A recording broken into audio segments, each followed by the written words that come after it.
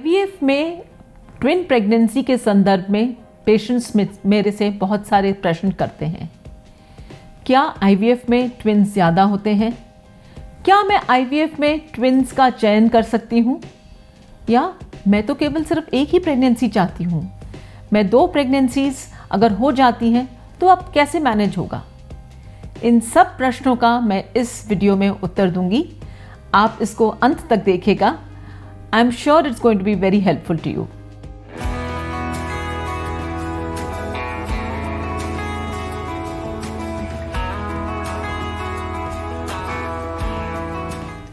नमस्कार and welcome back. I am doctor Anshu Jindal from Jindal hospital Meerut. मैं एक आईवीएफ स्पेशलिस्ट हूँ और एक हाई रिस्क ऑब्स्टेट्रिशियंस भी हूँ।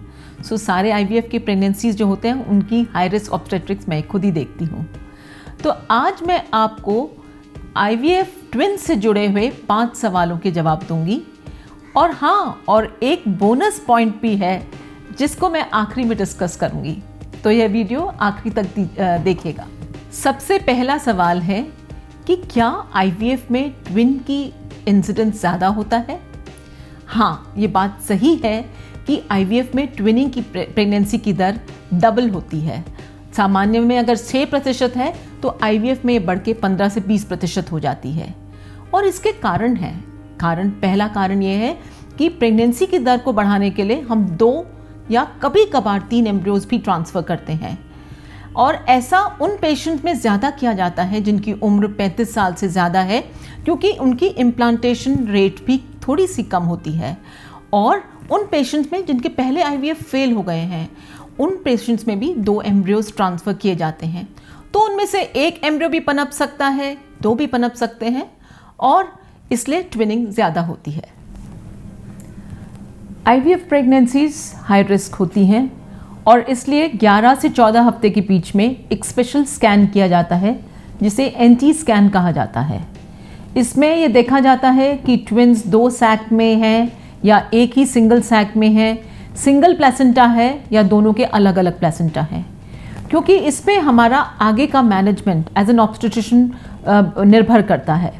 और उसी तरह से हाई रिस्क भी बढ़ते रहते हैं अगर वो सेम ही सैक में हो या उनका सिंगल प्लेसेंटा हो। दूसरा प्रश्न जो बहुत ऑफन पेशेंट्स मेरे से पूछते हैं कि क्या मैं ट्विन प्रेगनेंसी आईवीएफ में ट्विन प्रेगनेंसी ही कर सकती हूँ? नहीं, ऐसा नहीं है, क्योंकि जब हम 2 भ्रूण भी ट्रांसफ़र करते हैं तो ज़रूरी नहीं है कि दोनों ही साथ पनपने लगें। 2 भ्रूण ट्रांसफ़र करने के बाद भी प्रेगनेंसी की चांसेस, ट्विनिंग के चांसेस सिर्फ 30 से 35% ही होते हैं। इसलिए ये कुदरत के अधीन होता है कि उनमें से 1 पनपेगा या 2 पनपेंगे या कोई भी नहीं पनपेगा।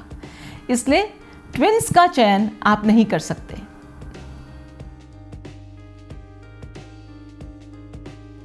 कोई औलाद होगी तो आपके पास सर आके ना ये बहुत ही ज़्यादा एक खुशी का ठिकाना नहीं रहा कि मेरे पास अब 4 बच्चे हो गए। हम सर 6 बहन भाई हैं, 4 बहन भाई की 2 बच्चे हैं, 1 के 3 हैं।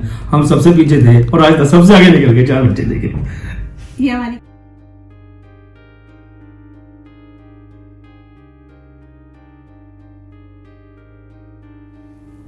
तीसरा प्रश्न बहुत ही इम्पोर्टेंट है। क्या बेहतर होता है, सिंगल प्रेगनेंसी या फिर ट्विन प्रेगनेंसी? अगर आप मेरी माने as an obstetrician, I would say that single pregnancy twin pregnancy से बेहतर होती है।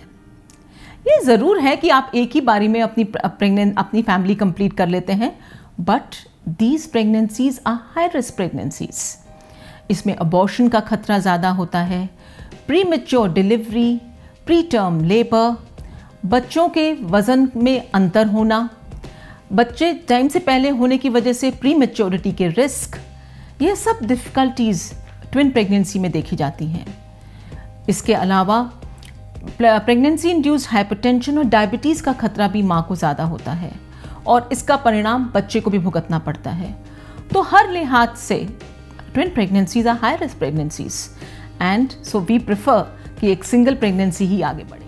एक बहुत ही इंटरेस्टिंग सवाल है कि क्या सिंगल एम्ब्रियो ट्रांसफ़र के बाद भी ट्विन प्रेगनेंसीज हो सकती हैं? यह भी संभव है। और वो क्यों?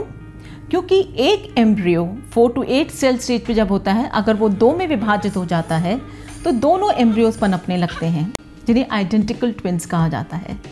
देखने में तो बहुत सुंदर लगते हैं आइडेंटिकल बच्चे, बिल्कुल एक जैसे दिखते हुए, मगर ऑब्स्टेट्रिक्स पॉइंट ऑफ व्यू से बहुत ही डिफ़िकल्ट प्रेगनेंसीज होती हैं। टाइम से पहले हो जाना, बच्चों के वज़न में डिफरेंस होना, ट्विन टू ट्विन ट्रांसफ्यूजन, ये इतनी सारी दिक्कतें हैं आइडेंटिकल ट्विंस के साथ कि इन्हें रियली हाई रिस्क माना जाता है। सवाल है कि क्या शुरुआत में ट्विन प्रेगनेंसी हो, क्या बाद में वो सिंगल प्रेगनेंसी में भी तब्दील हो सकती है?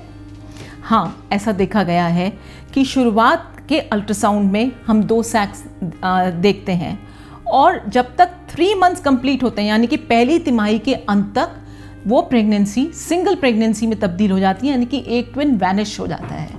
इसे ऑब्स्टेट्रिशियन पॉइंट ऑफ व्यू से कहा जाता है वैनिशिंग ट्विन। और फिर वो प्रेगनेंसी एक सिंगल प्रेगनेंसी की तरह ही आगे बढ़ती है। ये संभव है। अब हम आते हैं बोनस पॉइंट पे कि मैं केवल सिंगल प्रेगनेंसी चाहती हूँ, मैं ट्विन्स नहीं चाहती। क्या IVF में संभव है? हाँ, अवश्य ही संभव है। आप अपनी डॉक्टर से बात करें और एक सिंगल एम्ब्रियो ब्लास्टोसिस्ट ट्रांसफ़र जो डे 5 पे किया जाता है वही करें। I hope you like this video. अगर आपको ये वीडियो अच्छा लगा तो प्लीज़ हमारे इसको लाइक कीजिए, हमारे चैनल को सब्सक्राइब कीजिए ताकि, और बेल आइकन पे दबाइए सो दैट नेक्स्ट वीडियो का आपको पता लग सके। अगर आपका कोई भी कमेंट हो तो आप कमेंट सेक्शन पे लिख सकते हैं।